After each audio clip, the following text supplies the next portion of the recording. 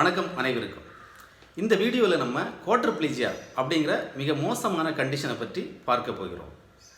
கூடவே குவாட்ரிப்ளீஜியாவினால் பாதிக்கப்பட்டு 2 ஆண்டுகளாக படுக்கையாக இருந்த ஒரு நபருடைய சிகிச்சைக்கு முன்பும் சிகிச்சைக்கு பின்பும் உள்ள வீடியோவையும் காண்பிக்கிறேன். குவாட்ரிப்ளீஜியா அப்படின்னா நம்ம கழுத்துக்கு கீழாக முழுவதுமாக செயலிழந்து போவது. நமது உடல் 2 கைகள் 2 கால்கள் முழுவதுமாக செயலற்று போவதை தான் நாம் குவாட்ரிப்ளீஜியா என்று அழைக்கிறோம். இந்த குவாட்ரிப்ளீஜியா எதனால் வருகிறது அப்படின்னா, நமது கழுத்தில் சர்விக்கல் வெர்டிப்ரா என்று சொல்லக்கூடிய 7 கழுத்து எலும்புகள் உள்ளன. நாம் உயரமான இடத்திலிருந்து கீழே விழுவதாலேயோ ரோட் டிராஃபிக் ஆக்சிடென்ட் போன்ற காரணங்களாலேயோ இந்த எலும்புகள் 1-2 உடைந்து போக வாய்ப்பு உள்ளது. இந்த எலும்புகள் உடையும் போது கூடவே மூளையிலிருந்து கழுத்து வழியாக உடலுக்கு செல்லக்கூடிய ஸ்பைனல் கார்டு என்று சொல்லக்கூடிய மொத்த நரம்புகளும் பாதிப்புக்குள்ளாகிறது. இதனால் மூளைக்கும் உடலுக்குமான தொடர்பு முற்றிலுமாக துண்டிக்கப்படுகிறது.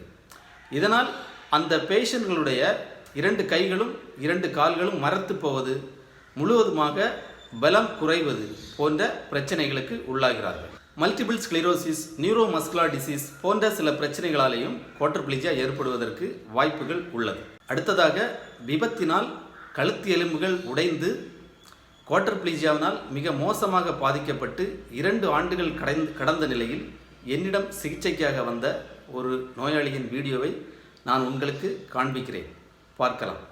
சிகிச்சைக்கு வந்த அன்று எடுக்கப்பட்ட வீடியோ பதிவு இது.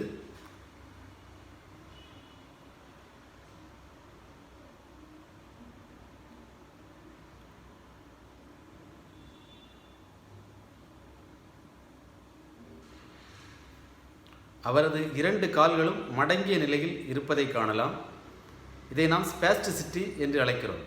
இது அதிகப்படியான தசை இறுக்கத்தினால் ஏற்படுகிறது.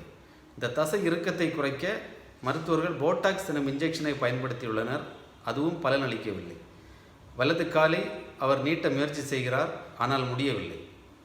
இந்த பிரச்சனையை நாம் இன்கம்ப்ளீட் ஸ்பாஸ்டிக் குவாட்ரிப்ளீஜியா என்று அழைக்கிறோம்.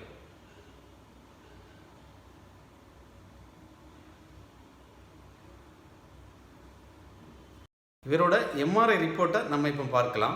இதில் C4, C5, C6 fracture with SLIC score 9 out of 10. இந்த SLIC ஸ்கோர் 5க்கு மேலாக சென்றாலே அவரது கழுத்து எலும்பு மிக மோசமாக பாதிக்கப்பட்டுள்ளது என்று அர்த்தம். இவருடைய SLIC ஸ்கோர் 9 இருக்கிறது. இப்போது நீங்கள் பார்ப்பது சிகிச்சைக்கு பின்பு உள்ள வீடியோ. இதில் மடங்கி இருந்த கால்கள் முறையான ஃபிசியோதெரபி சிகிச்சையின் மூலம் நீட்டப்பட்டு ஓரளவிற்கு நடக்கும் நிலைக்கு வந்துள்ளார். இடது காலில் ஆங்கிள் ஃபுட் ஆர்த்தோசிஸ் என்ற சப்போர்ட்டும், வலது காலில் நீ ஆங்கிள் ஃபுட் என்ற ஆர்த்தோசிஸ் என்ற சப்போர்ட்டும் அணிந்து நடக்க ஆரம்பித்துள்ளார். மிக மோசமான அளவில் SLIC ஸ்கோர் 9 என்ற அளவில் பாதிக்கப்பட்டிருந்தும் 2 மாத சிகிச்சையில் இந்த நபர் இந்த அளவிற்கேனும் நடப்பதற்கு மிக முக்கியமான 3 காரணங்கள் என்னென்னு பார்த்தோன்னா, ஃபஸ்ட்டாக விபத்து நடந்த பகுதியிலிருந்து இவரை மருத்துவமனைக்கு ஷிஃப்ட் பண்ணும்போது முறையாக ப்ராப்பராக ஷிஃப்ட் பண்ணியிருக்காங்க ஆம்புலன்ஸ் ஊழியர்கள். ஃபிலடெல்ஃபியா காலரை போட்டு கழுத்தை நன்றாக லாக் செய்து முறையாக டிரான்ஸ்ஃபர் பண்ணியிருக்காங்க. இதனால் அந்த இன்ஜுரி ஃபர்தராக அக்ரிவேட் ஆகாமல் இருந்திருக்கு. முறையாக ஷிஃப்ட் பண்ணலை அப்படின்னா சிறிய அளவில் உடைந்தோ விலகியோ இருக்கக்கூடிய எலும்புகள் மிகப்பெரிய அளவில் உடையவும் விலகவும் வாய்ப்புகள் உண்டு. இதனால் பிரச்சனை மிக தீவிரமாக மாறிவிடும். இரண்டாவதாக, இவருக்கு அறுவை சிகிச்சை செய்த மருத்துவர்கள் மிக திறமையான மருத்துவர்களால், அதாவது ஸ்பைன் சர்ஜனால் இவருக்கு அறுவை சிகிச்சை செய்யப்பட்டுள்ளது. அதுவும் முன்னேற்றத்திற்கு ஒரு காரணம். மூன்றாவதாக, இவருக்கு கிடைக்கப்பெற்ற தரமான முறையான ஃபிசியோதெரபி சிகிச்சை. இந்த 3ம் கிடைக்கப்பெற்ற காரணத்தினால்தான் இவ்வளவு மோசமான நிலையில் பாதிக்கப்பட்டிருந்த இந்த நபர் 2 மாத சிகிச்சையில் ஓரளவிற்கு நடமாடும் அளவிற்கு வந்துள்ளார். தொடர் சிகிச்சையின் மூலம் இந்த நபர் இயல்பு நிலைக்கு திரும்ப வாய்ப்பு உள்ளது.